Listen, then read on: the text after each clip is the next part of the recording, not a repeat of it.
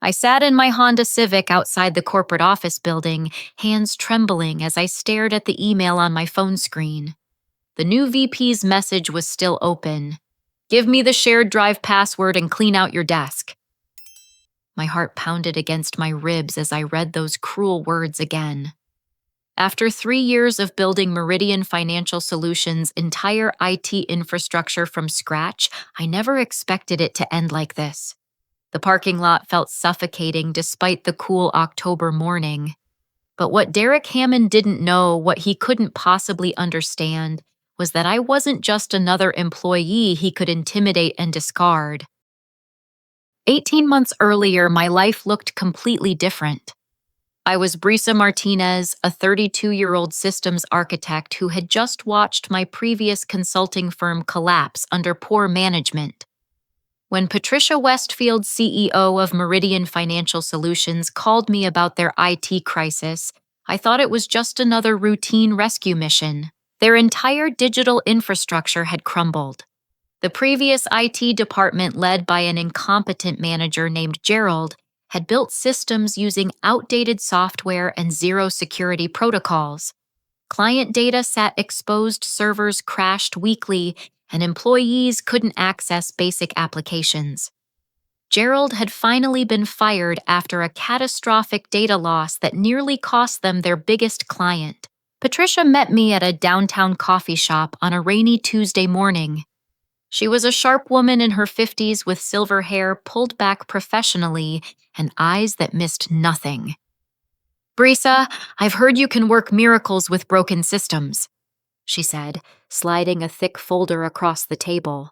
I can fix what's broken, I replied, scanning the disaster assessment report. But this isn't just broken, this is archaeological. You need everything rebuilt from the ground up, she nodded grimly. That's exactly what I was hoping you'd say. How long would something like that take? 6 months minimum working full-time. But I don't work as an employee anymore. I only take contractor agreements. Patricia leaned forward. What would that look like? I explained my standard arrangement. As an independent contractor, I would own the intellectual property rights to any systems I created. The company would license my work through a comprehensive service agreement that protected both parties. If they ever wanted to terminate our relationship, specific procedures had to be followed, and they would need to negotiate licenses for ongoing use of my systems. It protects you too, I emphasized. If I disappear tomorrow, you're not left helpless. But it also means you can't just wake up one day and decide you don't like me anymore. Patricia's legal team, led by a thorough attorney named Marcus Thompson from HR, spent 2 weeks crafting the service agreement. Marcus was a friendly guy in his early 40s who genuinely cared about protecting everyone involved. The final contract was ironclad. I would have exclusive control over system architecture and security protocols. The company would license my work for a predetermined fee structure, and any termination required 90 days notice plus negotiation for ongoing licensing rights. The rebuild took exactly 5 months and 3 weeks. I created secure databases, implemented redundant backup systems, and established access controls that would make government agencies jealous. Every line of code, every security protocol, every integration solution came from my expertise. I worked 70-hour weeks practically living in their downtown office. By month 4, something unexpected happened. The Meridian team stopped treating me like an outside contractor and started treating me like family. Patricia would bring me coffee during late-night coding sessions. Marcus would check in to make sure I was eating actual meals instead of surviving on vending machine snacks. Jennifer Walsh from accounting became my closest friend at the company, always ready with encouragement when complex problems made me want to tear my hair out. The transformation was remarkable. Server uptime went from 60% to 99.8%. Client complaints about system access dropped to 0. Employee productivity skyrocketed when they could actually rely on their tools working properly. But the real test came during my final week of the rebuild. A power surge hit the building during a thunderstorm, taking down half the electrical systems in the financial district. While other companies scrambled to recover lost data, our backup systems automatically kicked in. Not a single file was lost, not one transaction interrupted. Patricia found me in the server room at 2 a.m. monitoring the recovery process. "Brisa," she said, "I don't know how we survived without you." That was when I realized this wasn't just another contract job anymore. These people had become my professional family. So when Patricia offered me an ongoing maintenance and development agreement, I didn't hesitate to sign. The terms were even better than the original contract: exclusive licensing rights to all my work, guaranteed monthly retainer, and first right of refusal on any new projects. For the next year and 3 months, everything was perfect. I handled all system upgrades, trained their staff on new features, and maintained the security protocols that kept their client data safer than Fort Knox. Patricia trusted me completely, often joking that I knew their systems better than she knew her own company. Then Derek Hammond arrived. Patricia had mentioned hiring a new VP of operations to help manage their rapid growth. "You'll like him," she assured me during our monthly check-in meeting. "He has extensive experience streamlining operations at tech companies." But from the moment Derek walked into the office on that Monday morning 2 weeks ago, I knew we were going to have problems. He was a man in his mid-40s with perfectly styled gray hair and expensive suits that screamed corporate climber. His handshake was too firm, his smile too practiced, and his eyes constantly measured everyone he met, like he was calculating their value to him personally. Derek's first week consisted of individual meetings with every department head and key personnel. When my turn came, he sat behind the borrowed conference room table with my files spread out in front of him like evidence in a trial.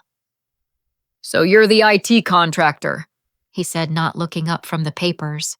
"I'm the systems architect and infrastructure specialist, yes. And you built all our current systems?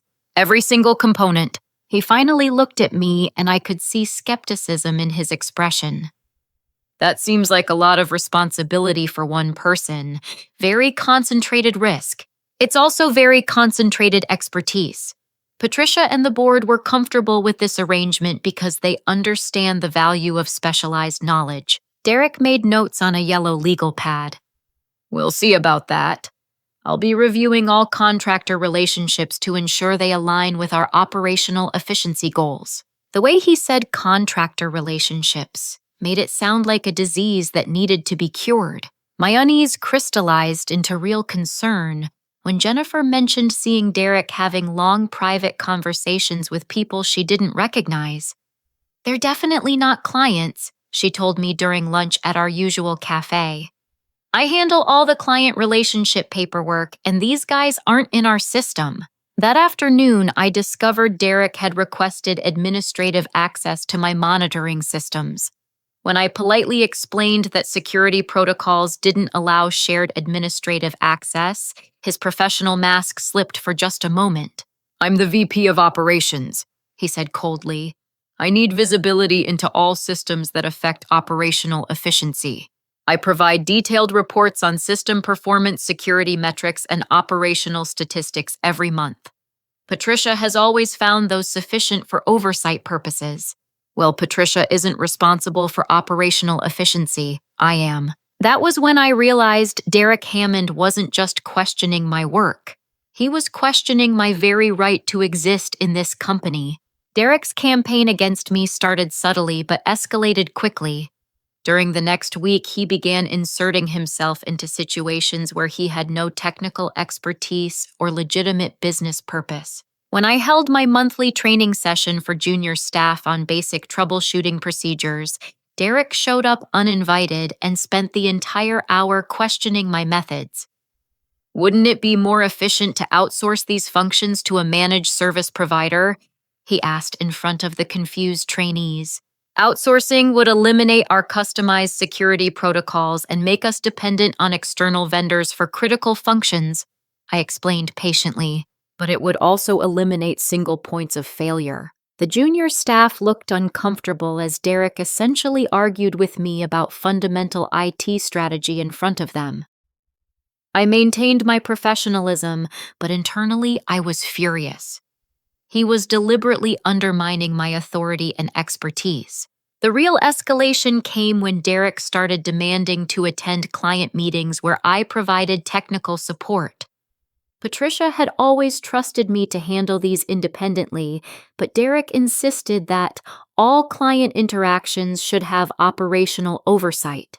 During a critical meeting with our largest client, Pinnacle Investment Group, Derek interrupted my explanation of new security features to suggest that perhaps we should explore more standardized solutions that don't require such specialized knowledge.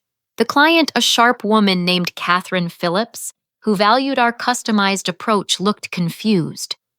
But the specialized solutions are exactly why we chose Meridian. Generic systems can't handle our compliance requirements. Derek smiled his practiced corporate smile. Of course, but we want to ensure long-term sustainability of our service offerings. Catherine turned to me with concern. Brisa, are you changing the technical approach we agreed on? Absolutely not, I assured her. Our systems are designed specifically for your regulatory environment. Nothing is changing. After the meeting, Derek cornered me in the hallway. You need to start thinking about solutions that don't depend entirely on your personal involvement. Why would I design myself out of a successful system? Because businesses need to be sustainable and scalable. His words carried an unmistakable threat. Derek wasn't just questioning my methods anymore. He was actively planning my replacement. Jennifer confirmed my suspicions the next day when she showed me Derek's expense reports. Look at these dinner receipts, she said, pointing to her computer screen. 3 expensive meals in the past 2 weeks, all with the same group of people. The names on the receipts didn't match anyone in our company directory.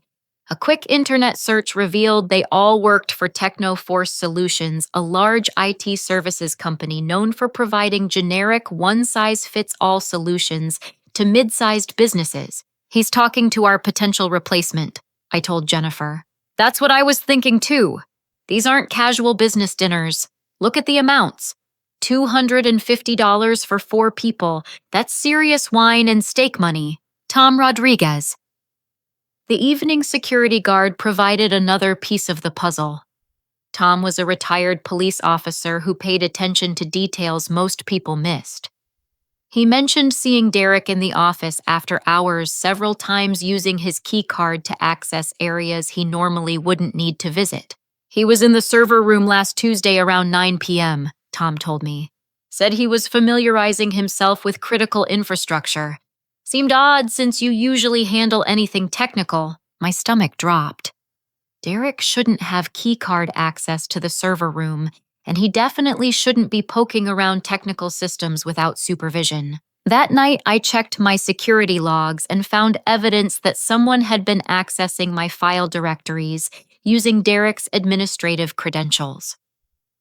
Nothing was deleted, but someone had been copying files and examining system documentation that contained proprietary information. The pattern became clear. Derek was systematically studying my work, probably to help Technoforce understand how to replicate our systems with their generic alternatives. But I also discovered something Derek didn't know I would find. Buried in the access logs were timestamps showing he had been in systems during meetings when he claimed to be reviewing operational procedures.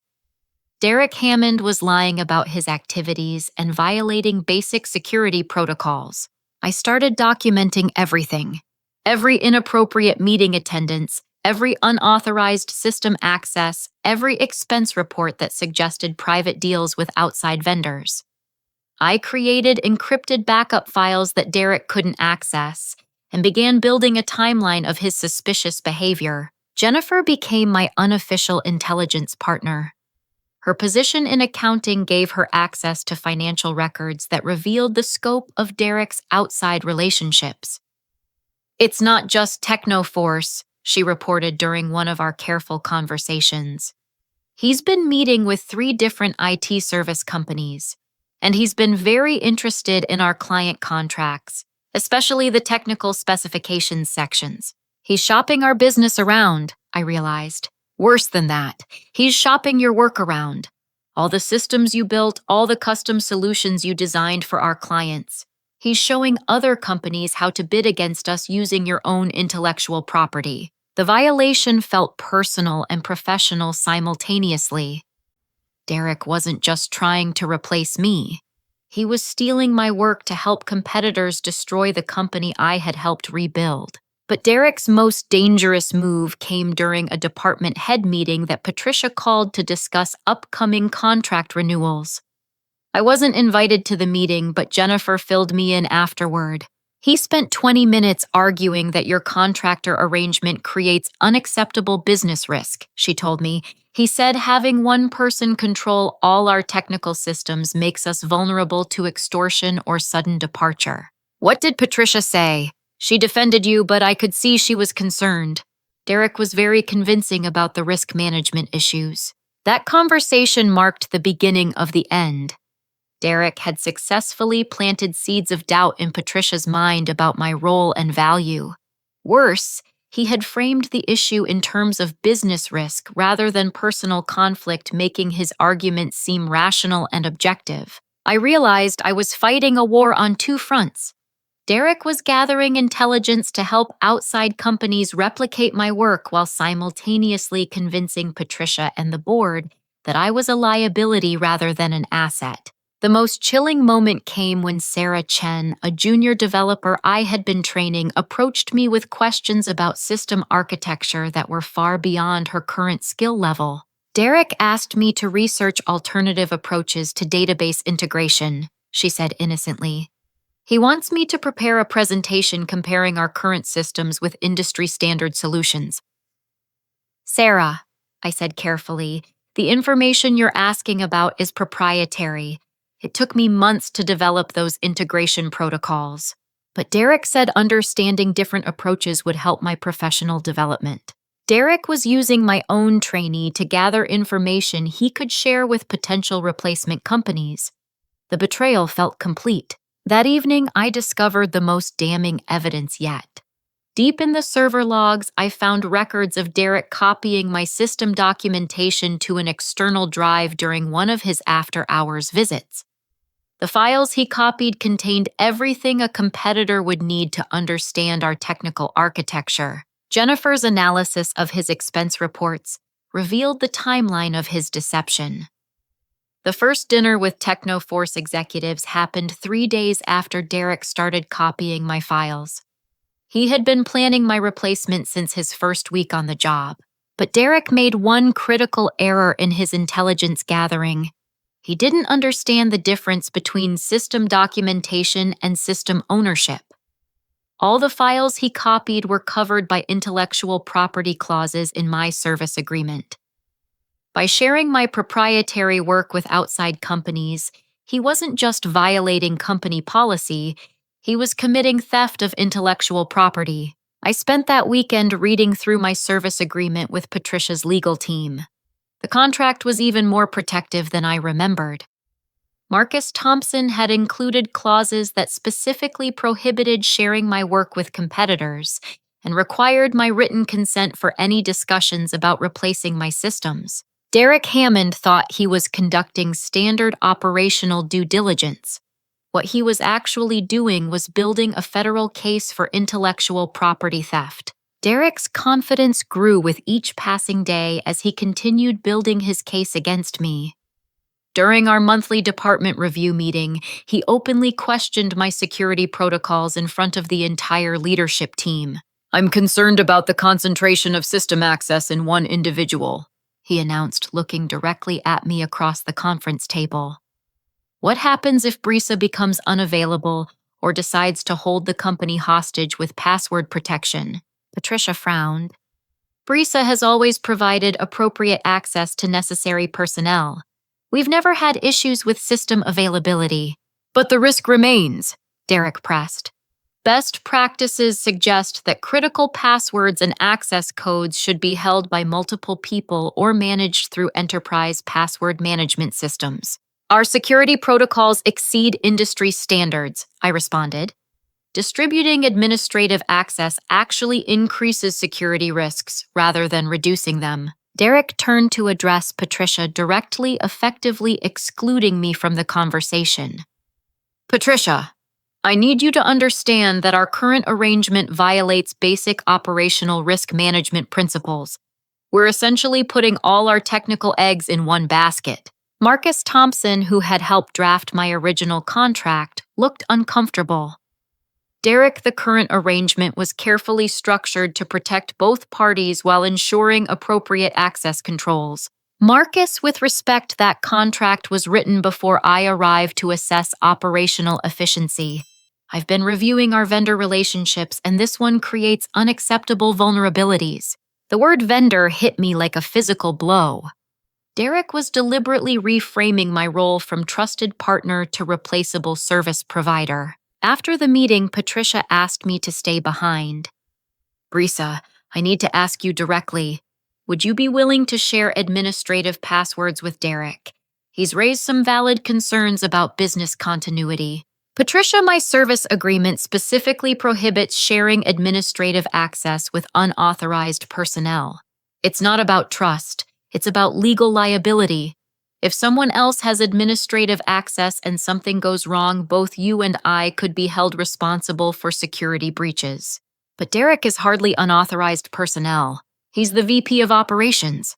According to the contract, only you and the designated technical personnel have authorization for system access discussions. Derek wasn't named in the original agreement, and adding him would require a formal contract amendment. Patricia looked frustrated. This is exactly what Derek is talking about. We shouldn't need contract amendments just to have proper operational oversight. For the first time since we started working together, I felt Patricia questioning not just my methods, but my motives. Derek's manipulation was working. That afternoon, I made a decision that would prove crucial later.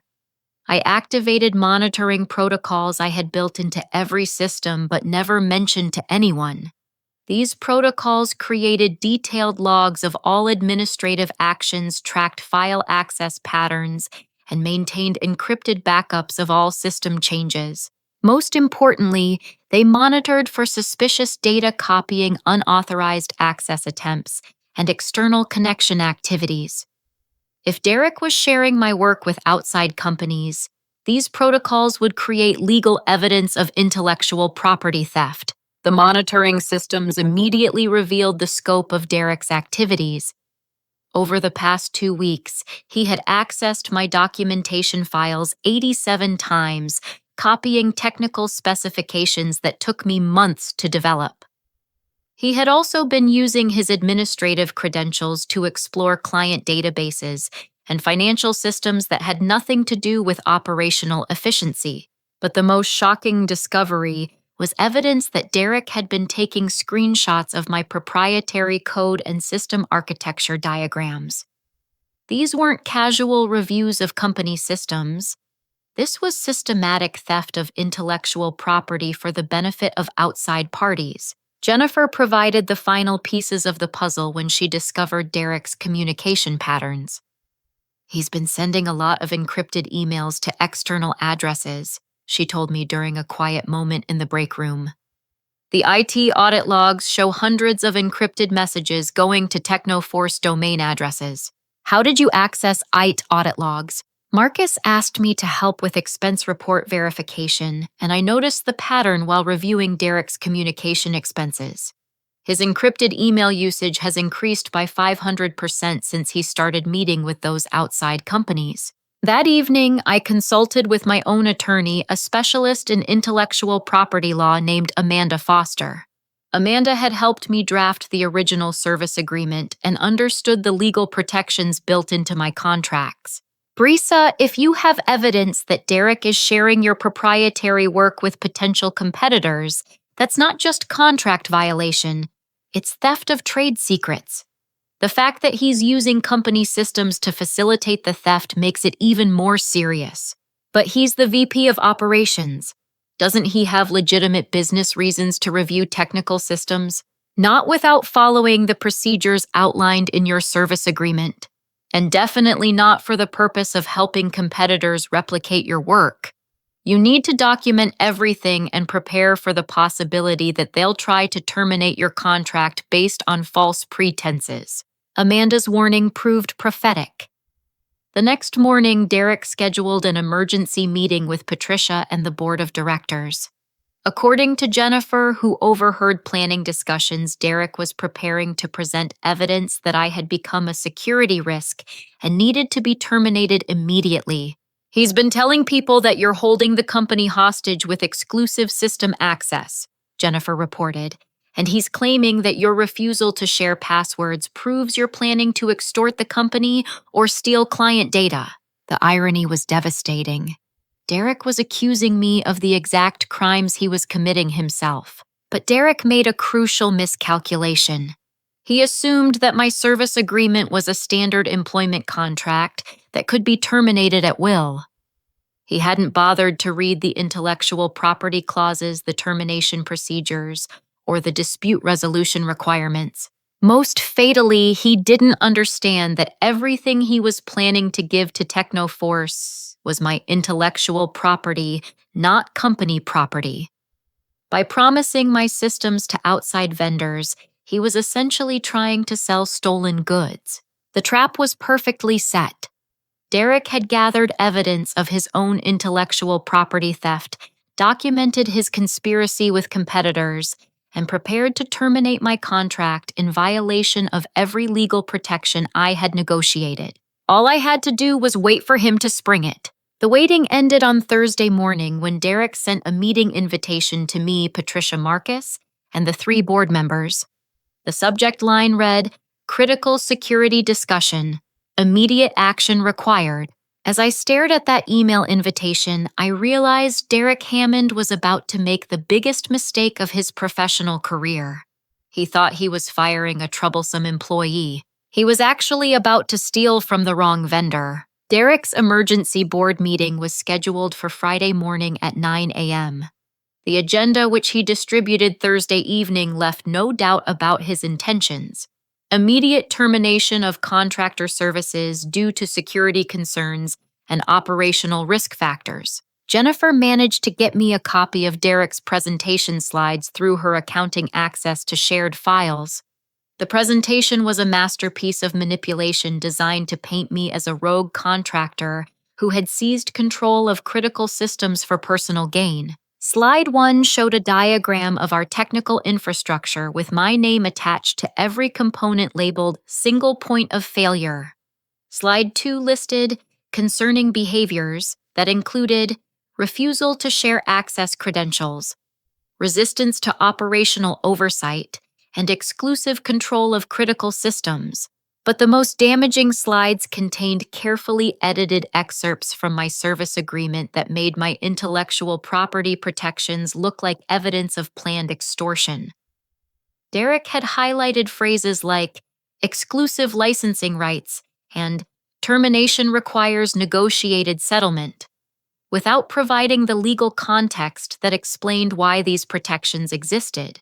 The final slide was titled Recommended Immediate Actions and included terminate contractor agreement effective immediately, secure all system access and passwords, and transition technical operations to qualified managed service provider. Derek had spent 2 weeks building a legal case for firing me, but he hadn't spent 2 minutes understanding the legal consequences of what he was planning. Jennifer also discovered that Derek's preliminary agreement with Technoforce was much more advanced than we had suspected. He's already promised them a 3-year contract to manage all our technical systems, she told me during an emergency lunch meeting. The financial projections show he expects to save the company 40% on IT expenses by switching to their services, using my systems and infrastructure. Exactly, but there's something else. The payment structure shows that Derek negotiated personal consulting fees from Technoforce. If the deal goes through, he gets a $25,000 finder's fee plus ongoing consulting payments. The corruption was even worse than I had imagined. Derek wasn't just trying to replace me with a cheaper alternative. He was profiting personally from the deal while using my intellectual property to make it possible. That evening, I made final preparations for what I knew would be a professional war. I created encrypted backups of all evidence documenting Derek's theft of intellectual property, his unauthorized sharing of proprietary information, and his financial arrangements with competing vendors. Most importantly, I prepared a detailed analysis of what Derek's plan would actually cost the company. Replacing my customized systems with Technoforce's generic solutions would require rebuilding most of our client interfaces, retraining all staff on new procedures, and accepting significant security vulnerabilities that could expose us to regulatory violations. The real cost wouldn't be the 40% savings Derek promised. It would be the loss of every competitive advantage I had built into our technical infrastructure. But Derek had also created an unexpected opportunity for me. By presenting fabricated evidence to the board and conspiring with outside vendors to steal intellectual property, he had committed serious legal violations that extended far beyond simple contract disputes. Amanda Foster spent Thursday evening reviewing all the evidence I had gathered. Her assessment was sobering but encouraging. Brisa Derek has committed multiple federal crimes: theft of trade secrets, conspiracy to defraud, and possibly wire fraud if he used company communications to coordinate with Technoforce. But more importantly for your immediate situation, he's violated every termination procedure in your service agreement. What does that mean practically? It means that even if they vote to terminate your contract tomorrow, the termination would be legally invalid. Your intellectual property protections remain in effect, which means Technoforce can't legally use any of your systems or documentation. And if they try to use them anyway, then you have grounds for both civil and criminal prosecution. The damages could be enormous, not just the value of your intellectual property, but punitive damages for willful theft and interference with business relationships. Friday morning arrived with the kind of gray October sky that matched my mood perfectly. I dressed professionally but simply, navy blue blazer and slacks that projected competence without appearing defensive. The boardroom at Meridian Financial was designed to intimidate. Floor-to-ceiling windows overlooked the downtown business district, and the mahogany conference table could seat 20 people comfortably. Derek had arranged the seating so that I would be isolated on one side while he presented from the head of the table. Patricia arrived first, looking uncomfortable and avoiding eye contact. The three board members, Robert Chen from our investment group, Margaret Walsh, who handled legal oversight, and David Kim, who managed client relationships, filed in with expressions that suggested Derek had already briefed them privately. Marcus Thompson arrived last, carrying a thick folder that I hoped contained my service agreement and related legal documents. Derek opened the meeting with practiced corporate confidence. Thank you all for attending this emergency session. We're here to address a critical operational security issue that requires immediate action. He launched into his presentation with the smooth delivery of someone who had rehearsed every word. The slides appeared on the wall-mounted display as he painted a picture of a company held hostage by a rogue contractor who refused reasonable oversight and created unacceptable business risks. As you can see, Derek said, gesturing toward the infrastructure diagram, our entire technical operation depends on one person who has systematically refused to implement proper access controls or operational transparency. Margaret Walsh, the legal oversight board member, asked the obvious question. What specific security concerns have arisen? Derek was ready for that question. Brisa has refused to provide administrative passwords to authorized personnel, claimed exclusive ownership of systems built using company resources, and threatened legal action when asked to comply with standard operational procedures. It was a masterful distortion of the truth. Every protection in my service agreement became evidence of malfeasance when presented without legal context. Patricia finally spoke, and her words felt like a knife in my chest.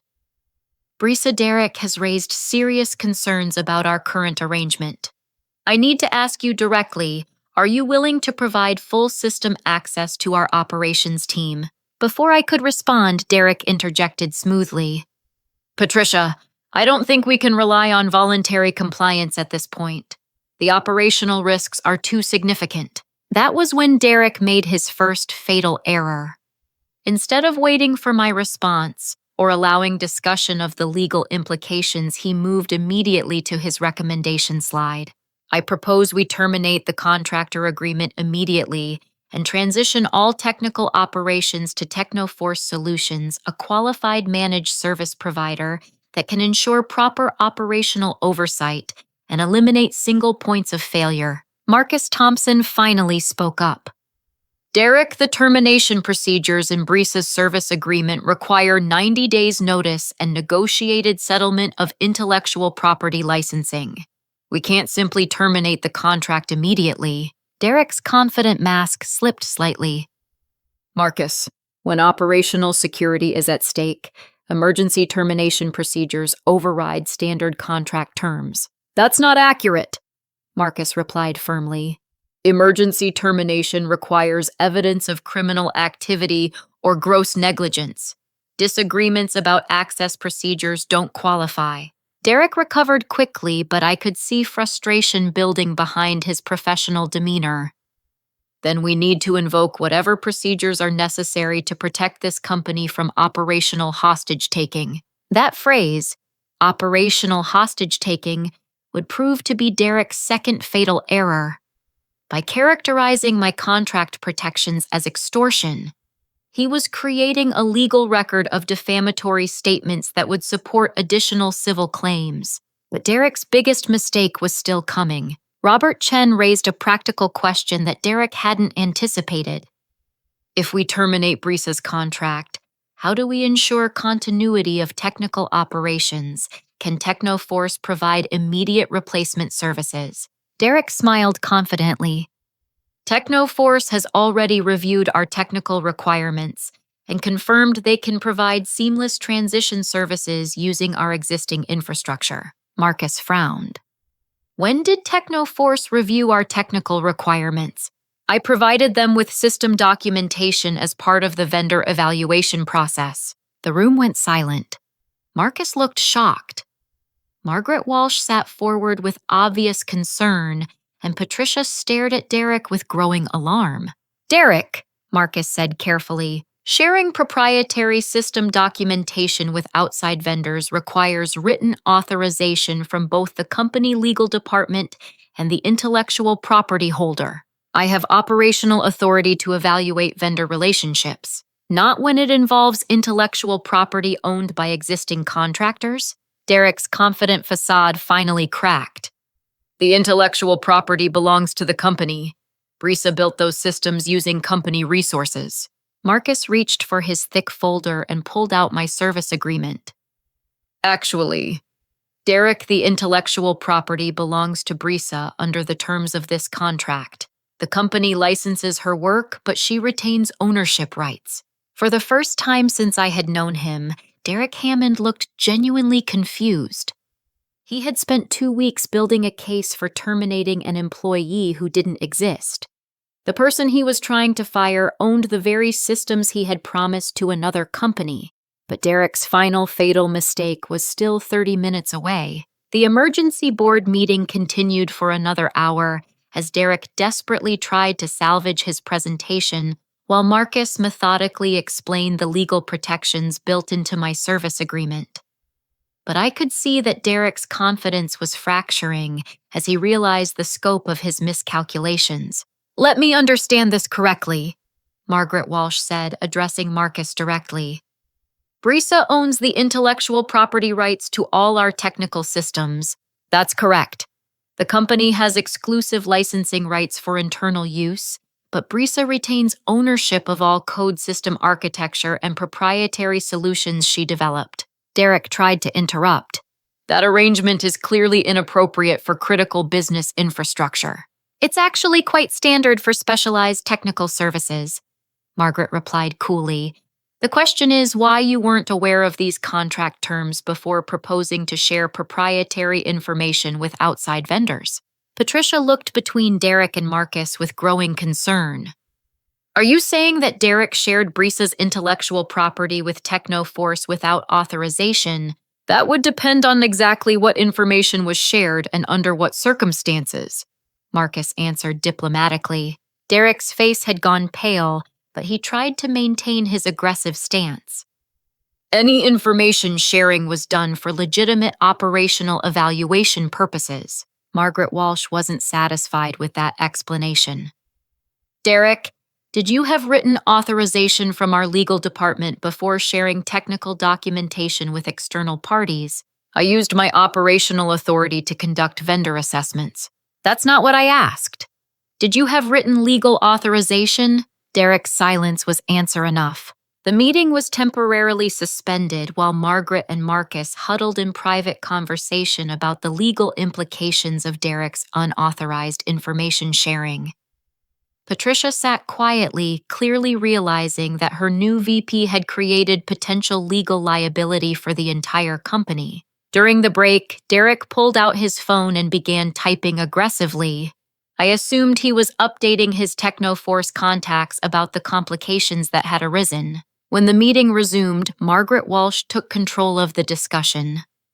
Before we continue with any termination discussions, we need to conduct a full legal review of what proprietary information was shared with outside parties and what our exposure might be. Derek looked desperate. Margaret, we're letting contract technicalities interfere with critical operational decisions. Derek, intellectual property theft isn't a technicality. If you shared Brisa's proprietary work with competitors without authorization, that's a serious legal violation that could expose the company to both civil and criminal liability. Patricia finally asked the question that Derek had been dreading. Derek, exactly what did you share with Technoforce? Just basic system architecture information necessary for them to provide accurate service proposals. Marcus shook his head. Derek's system architecture documentation is core intellectual property. Sharing that information without written consent from both our legal department and the IP holder constitutes theft of trade secrets. Derek's professional mask finally cracked completely. This is ridiculous. I'm trying to protect this company from operational risk, and you're protecting some contractor who's holding us hostage. That outburst marked the end of Derek's credibility with the board. Margaret Walsh's expression turned ice cold as she realized Derek's real motivations. Derek, I think we need to suspend this meeting until our legal team can review the full scope of your vendor evaluation activities. But Derek, clearly panicked about his Technoforce deal falling apart, made the decision that would destroy him completely. Instead of accepting Margaret's reasonable request for legal review, Derek pulled out his phone and began typing another aggressive message. His frustration and desperation had overwhelmed his judgment, and he decided to force the issue with a direct confrontation. At 11:43 a.m., my phone buzzed with an incoming email notification. The sender was Derek Hammond, and the subject line read "Immediate compliance required." I opened the message and felt my heart race as I read the words that would change everything. Give me the shared drive password and clean out your desk. The message was copied to Patricia, Marcus, and all 3 board members.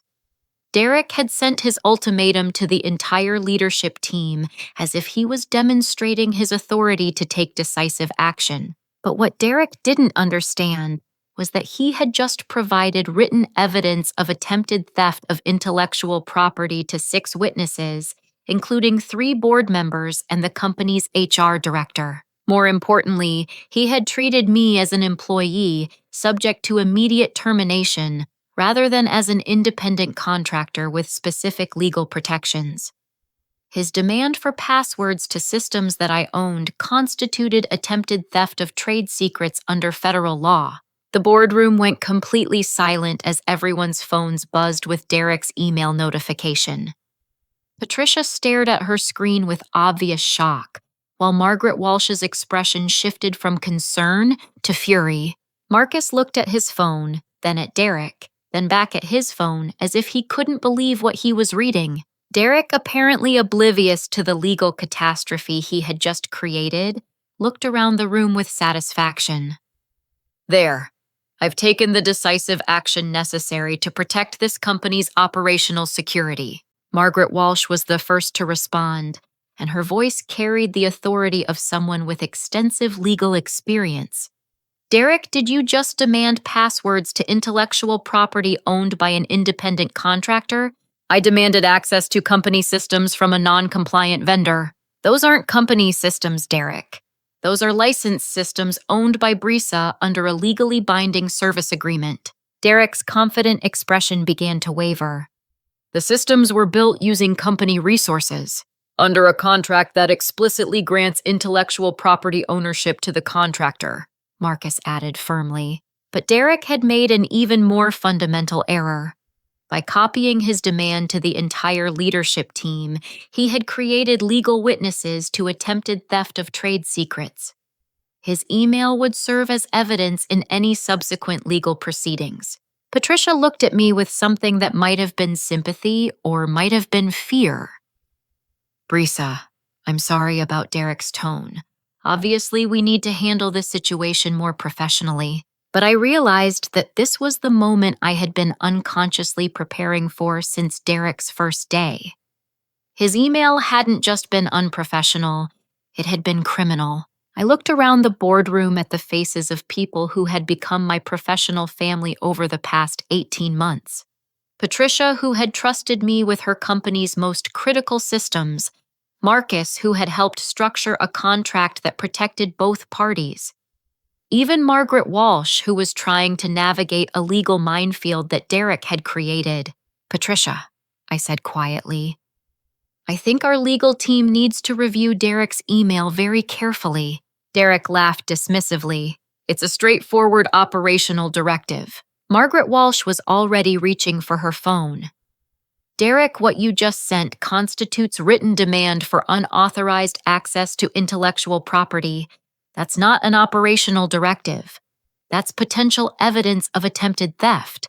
For the first time since I had known him, Derek Hammond looked genuinely afraid.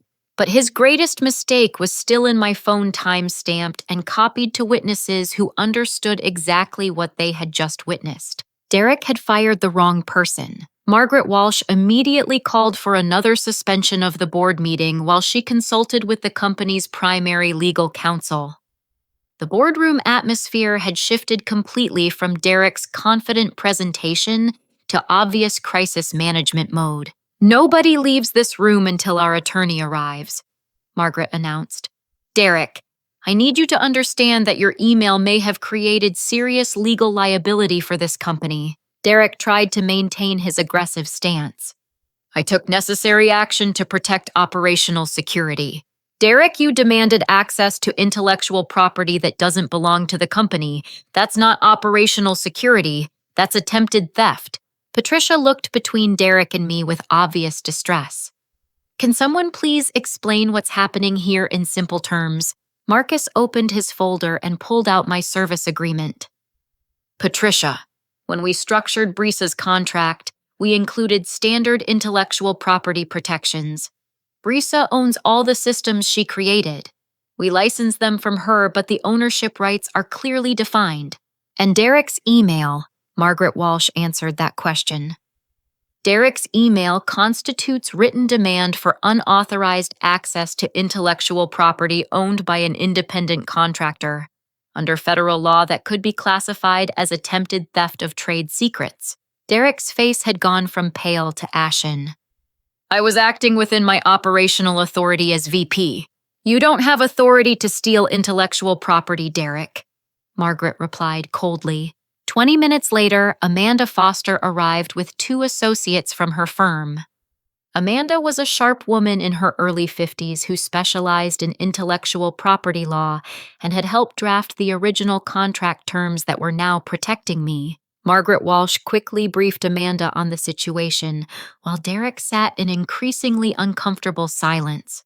When Amanda read Derek's email, her professional expression hardened into something approaching anger.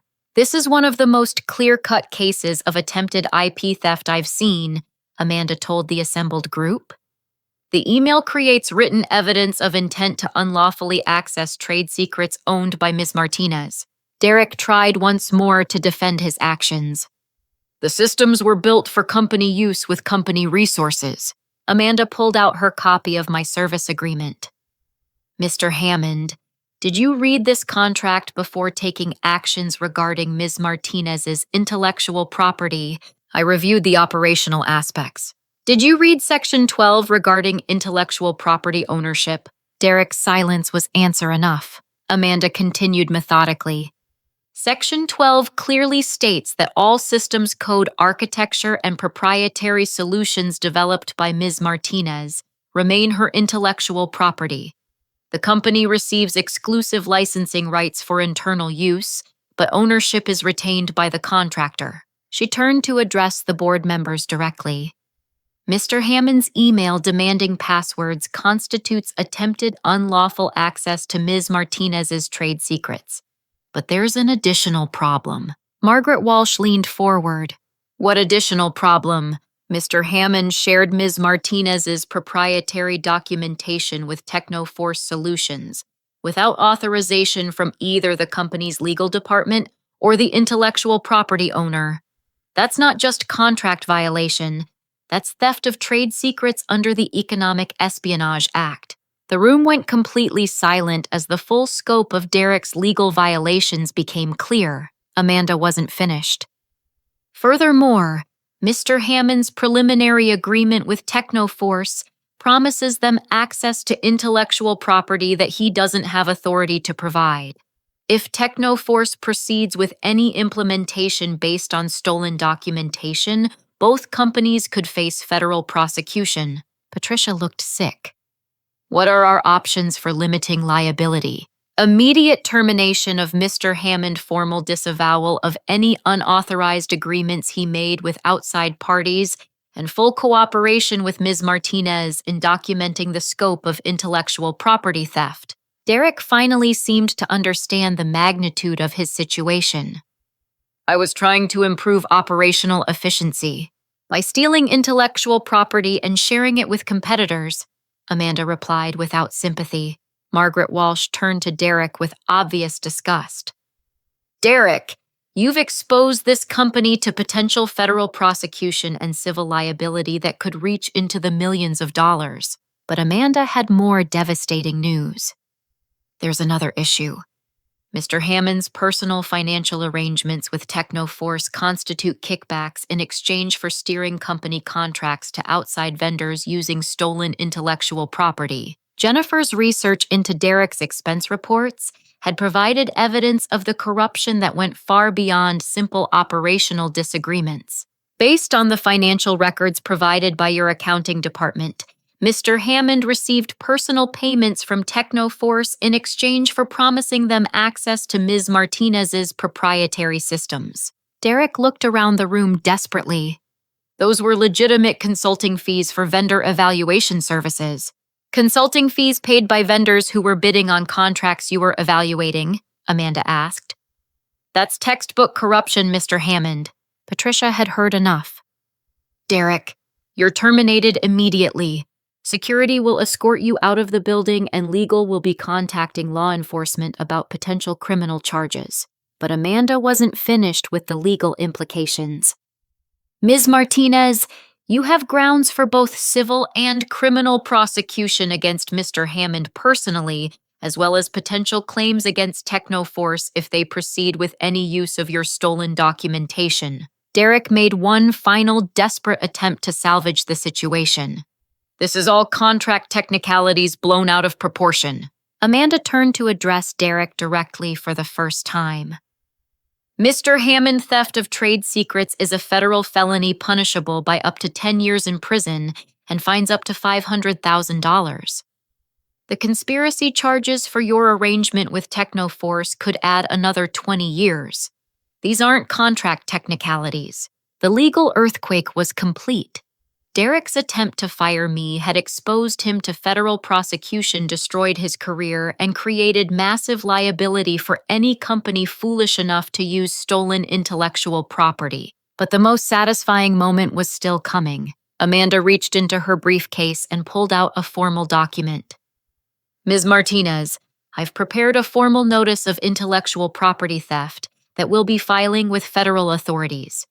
However, given the company's cooperation and immediate corrective action, we may be able to limit the criminal prosecution to Mr. Hammond personally. She turned to Patricia and the board members.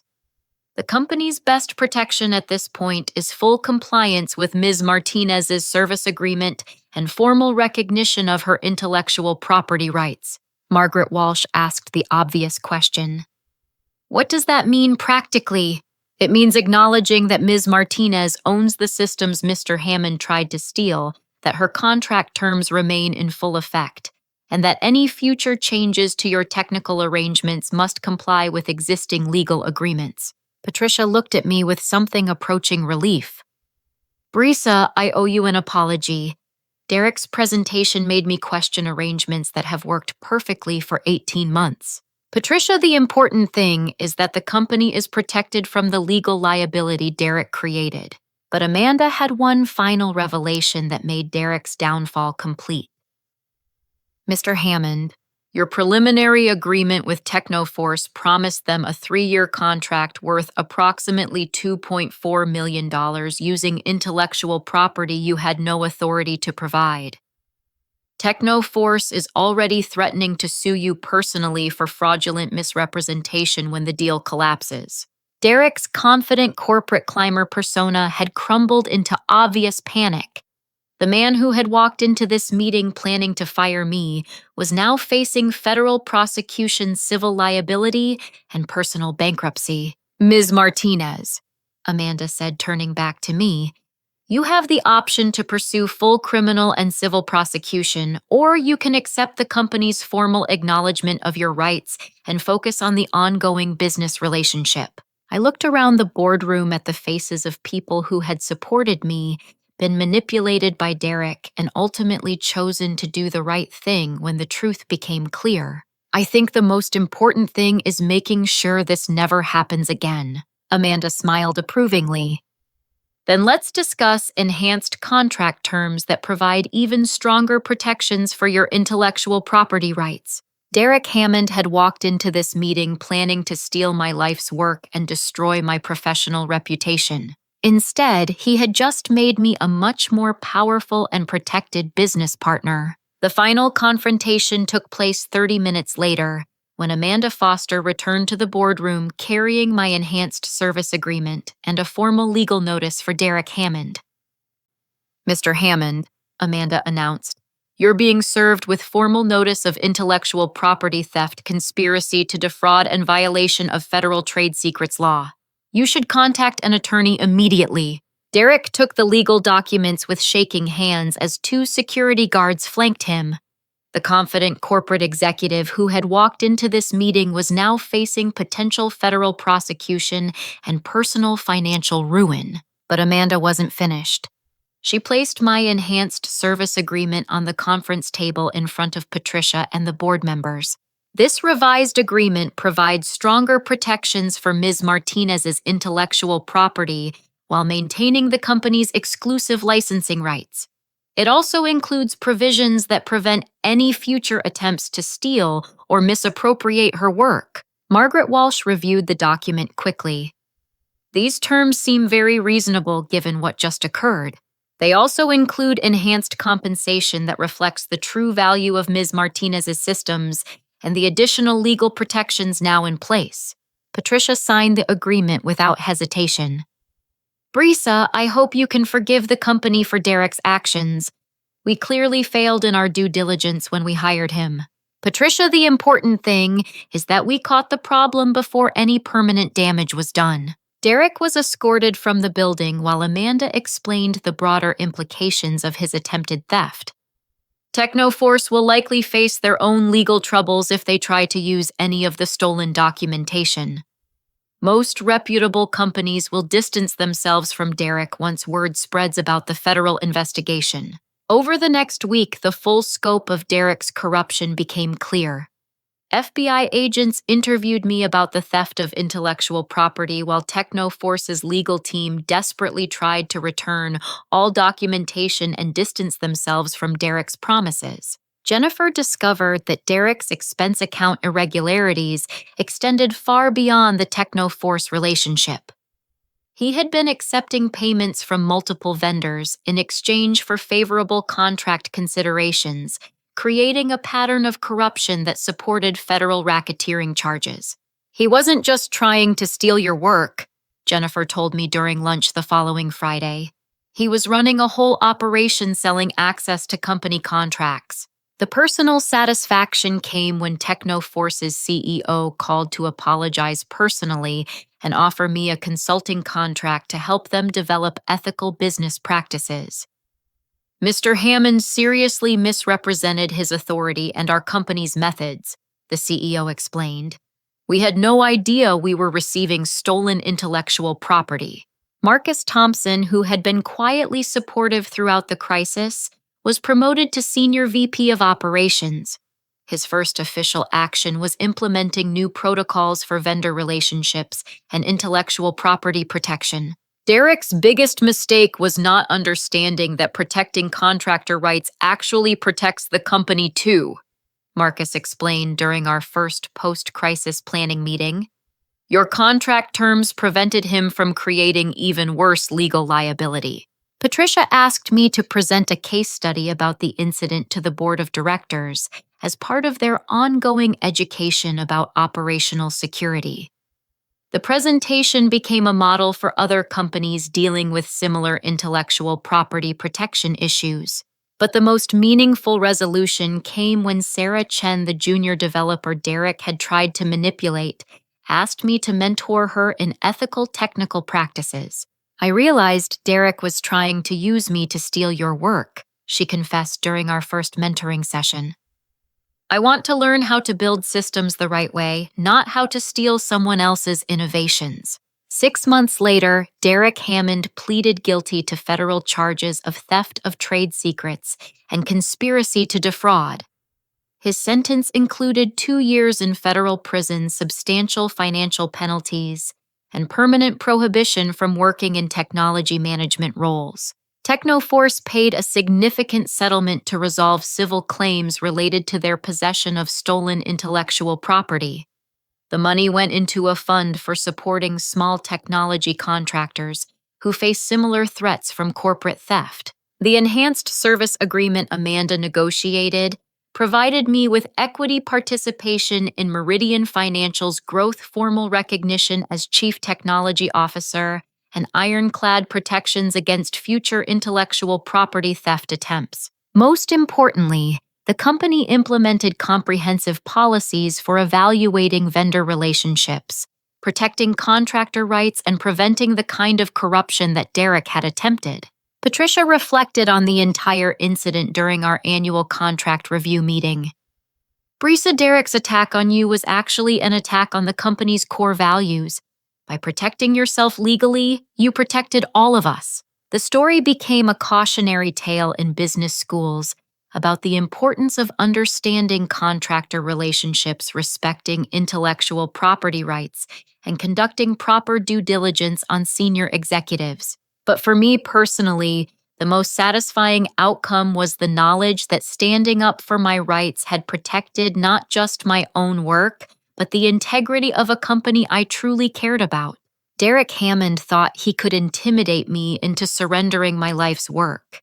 Instead, his arrogance and criminality destroyed his own career while making me a stronger, more protected professional partner. Sometimes the best revenge isn't fighting back.